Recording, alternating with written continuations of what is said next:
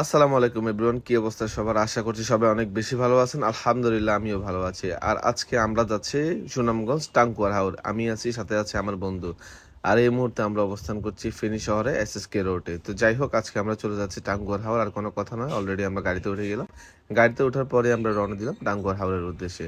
আর মাঝপথে আমাদের খিদে লাগার কারণে আমরা অবস্থান করলাম কুমিল্লার একটি নামকরা রেস্টুরেন্ট। তো যাই হোক, আমরা এখন রেস্টুরেন্টে খাবার খাওয়ার উদ্দেশ্যে রওনা হচ্ছি। আর আপনারা দেখতেই পাচ্ছেন গাড়ি থেকে এক একে নামছে বাংলা তামিল সিনেমার নায়কেরা। কেউ খাবে তো কেউ খাবে না, তা হবে না তা হবে না, সেই জন্য আমরা অবিচার না করে চলে এলাম পাম্পে গাড়িতে গ্যাস নেওয়ার জন্য। তো যাই হোক, গ্যাস নেওয়ার পরে আমরা আবার চলে গেলাম খেতে। আর আমরা অলরেডি অবস্থান করতেছি সিলেট শহরের চুনারু ঘাটে। যারা চিনেন তারা তো চিনেনই, আর যারা চিনেন না তাদের উদ্দেশ্যে তো কোনো কিছুই বলার নেই। তো যাই হোক, অলরেডি আপনারা যেহেতু জেনেই গেছেন, আজকে আমাদের গন্তব্যস্থান হচ্ছে সিলেটের সুনামগঞ্জ টাঙ্গুয়ার হাওরে। তো আমরা অলমোস্ট অনেকটুকু পথ জার্নি করে আসছি, তো আরও অনেকটা পথ আমাদেরকে জার্নি করতে হবে। তো এই হিসেবে আমরা এখানে একটু স্টে করে চা কফি খেয়ে নিলাম। চা কফি খাওয়ার পরে আমাদের আবার গন্তব্যস্থান হচ্ছে সিলেট সুনামগঞ্জের টাঙ্গুয়ার হাওর। গাড়ি চলছে, আমরাও দেখছি অলমোস্ট সকাল হয়ে গেছে। প্রকৃতি অনুভব করছি, চারপাশের আবহাওয়া সবকিছু মিলে একাকার অবস্থা। মানে মহান আল্লাহ পাক রাব্বুল আলামিনের সৃষ্টি এত সুন্দর, সিলেটে না গেলে হয়তো বা এই জিনিসটা ভালোভাবে বুঝতে পারতাম না। এই যে তাকিয়ে একটু দেখুন, জাস্ট অ্যামেজিং। মানে হাওরের মাঝখানের রাস্তা, তার পাশে ছোট ছোট গাছ কিংবা ছোট ছোট স্কুল কলেজ বাড়ি ঘর সবকিছু মিলে অন্যরকম অবস্থা। মাঝপথে আমরা আবার ছোট্ট একটি ব্রেক নিয়ে দাঁড়িয়ে গেলাম দুই একটি ছবি তোলার জন্য। ভ্রমণে যাব অথচ দুই একটা ছবি তুলবো না, স্মৃতি রাখবো না, তা কি হয়?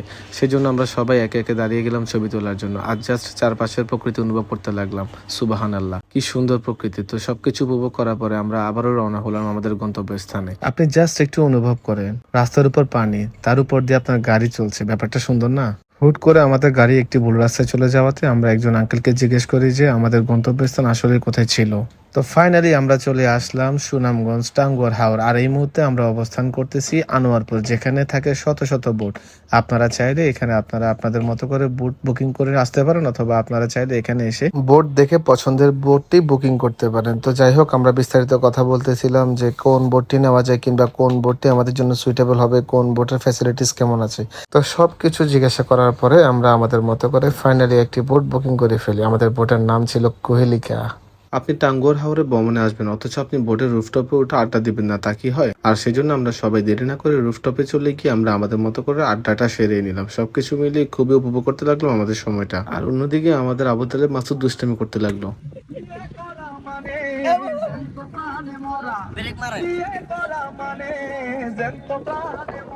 আসলে তেমন কিছুই না, সবকিছু ছিল ঠিকঠাক। তো যাই হোক, আমরা কথা না বাড়িয়ে চলেন আমরা একটু প্রকৃতি অনুভব করি। দেখেন, জাস্ট একটু ইমেজিন করেন, আপনি এখন আছেন হাওরের বুকে আর চলতেছে একটি বোট হাওরের বুক চিরে, আর আপনি সেটা অনুভব করতে পারছেন খুবই কাছ থেকে। তো যাই হোক, আমি আমার মতো করে প্রকৃতি খুবই ভালোভাবে উপভোগ করতেছিলাম হাওরের একদম রুফটপে গিয়ে। এবং আমি বেঞ্চে শুয়ে শুয়ে জাস্ট এটাই চিন্তা করতেছিলাম, এই বাংলাদেশটা কতই না সুন্দর। আল্লাহ পাক রাব্বুল আলামিন কত সুন্দর করে আমাদের এই দেশটিকে সৃষ্টি করেছেন। ছোটবেলায় আমি যে দৃশ্যগুলো আমাদের বইতে দেখতাম, সেটি আমি টাঙ্গুয়ার হাওরে গিয়ে আমার নিজের চোখের সামনে খুব কাছ থেকে অনুভব করতে পারলাম। টাঙ্গুয়ার হাওরে কি নেই? পাহাড়, পর্বত, নদী, খাল, বিল, হাওর সবকিছুই আছে। আপনি আপনার মতো করে সবকিছু উপভোগ করতে পারবেন। আমাদের পাশ দিয়ে প্রবাহমান হতে লাগলো আরেকটি বোট, যেটি ছিল খুবই সুন্দর, অনেকটা আমাদের বোটের মতো। তো যাই হোক, আমি একদম বোটের সামনে দাঁড়িয়ে উপভোগ করতে লাগলাম বোটের সামনে সিনারি। টাঙ্গুয়ার হাওর যাবো অথচ বোট থেকে পানিতে লাফ দিব না, এটা কি হতে পারে? তাই সেজন্য আর দেরি না করে দিলাম লাফ।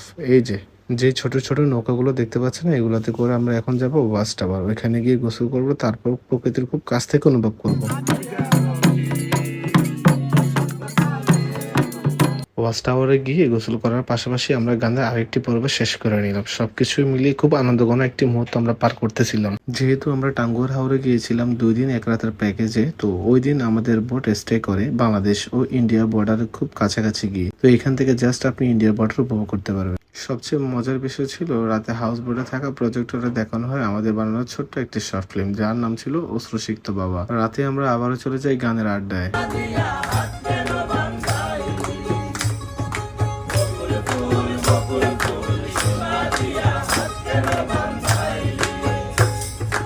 যাই হোক, সারা রাত মনোরম পরিবেশে আড্ডা দেওয়ার পরে আমরা যখন রাতে ঘুমিয়ে যাই, ঠিক তখন এর পরের দিন ভোর ৫টায় আমাদের হাউস বোটটি জাদুকাটার নৌকার বুক চিরে চলতে থাকে শিমুল বাগানের উদ্দেশ্যে। একসাথে চলতে থাকে জাদুকাটার নদীর বুক চিরে চলতে থাকে আরো কয়েকটি হাউস বোট শিমুল বাগানের উদ্দেশ্যে। আমি যেহেতু খুব তাড়াতাড়ি ঘুম থেকে উঠলাম, তাই আমি হাউস বোটের ব্যালকনিতে এসে জাদুকাটার নদী উপভোগ করতে লাগলাম। ঠিক ততক্ষণে আমার টিম মেম্বারের বাকি সফর সঙ্গীরা ছিলেন ঘুমে, আর ততক্ষণে আমি জাদুকাটার নদীর সৌন্দর্য উপভোগ করতে লাগলাম।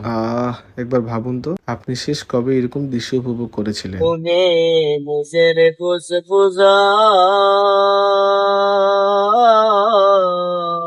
গান গাইতে গাইতে আর আমাদের হাউস বোটটি চলতে চলতে আমরা গিয়ে পৌঁছেছিলাম আমাদের শিমুল বাগানে, যেটি ছিল আমাদের কাঙ্ক্ষিত আরেকটি গন্তব্য। তো যাই হোক, শিমুল বাগানে যাওয়ার উদ্দেশ্যে আমরা সবাই আবার তৈরি হয়ে নিলাম। আর শিমুল বাগানে গিয়ে ২-৪টা ছবি তোলার জন্য আমরা আমাদের মতো করে প্রস্তুতি নিয়ে নিলাম। এই যে দেখেন, এক একজন এক একটা নায়কের মতো পোজ নিয়ে গেলাম। কেউ শাহরুখ খান, কেউ সালমান, কেউ শাকিব খান। অবশেষে আমরা পৌঁছে এলাম শিমুল বাগানে। শিমুল বাগানে আসার পরে দেখতে পেলাম এখানে কত শত ঘোড়া, কত সুন্দর কালার। এক একটা ঘোড়ার এক একটা রং ছিল দেখার মতো। শিমুল বাগানের সৌন্দর্য উপভোগ করার পরে আমাদের পরবর্তী গন্তব্যস্থান ছিল বারিক্কা টিলা, যেখানে যাওয়ার পরে আপনি দেখতে পাবেন ভারত কিংবা বাংলাদেশের মধ্যবর্তী স্থান। এরপর এখানে কিছুক্ষণ সময় অতিবাহিত করার পরে আমরা চলে গেলাম মিনি সুইজারল্যান্ড উপভোগ করার জন্য। অচেনা একটা জায়গায় পাহাড়ের বুক চিরে বাইক চালানোর মজাটাই হচ্ছে আলাদা। সামনে আমি বাইক চালাচ্ছিলাম আর পিছনে বসেছিল আবু তালেব। সে দারুণ করে আমার ফুটেজ নিচ্ছিল। আমরা আমাদের কাঙ্ক্ষিত স্থানে পৌঁছানোর পরে আবারও দেখতে পেলাম ভারত ও বাংলাদেশের মধ্যবর্তী সীমান্ত, যা আপনি এখানে আসার পরে খুব কাছ থেকে অনুভব করতে পারবেন। নাচতে নাচতে এইবার আমাদের বিদায়ের পালা। খুব সুন্দর একটি সময় আমরা অতিবাহিত করেছিলাম সুনামগঞ্জের টাঙ্গুয়ার হাওরে গিয়ে। কোহলিকা বোট ছিল অসাধারণ এক কথায় বলতে গিয়ে। এদের সার্ভিস, এদের আচার ব্যবহার, কোনো কিছুতেই যেন ওনাদের কোনো কমতি ছিল না। আবারও দেখা হবে টাঙ্গুয়ার হাওরে। সেই পর্যন্ত সবাই ভালো থাকবেন, সুস্থ থাকবেন। আসসালামু আলাইকুম।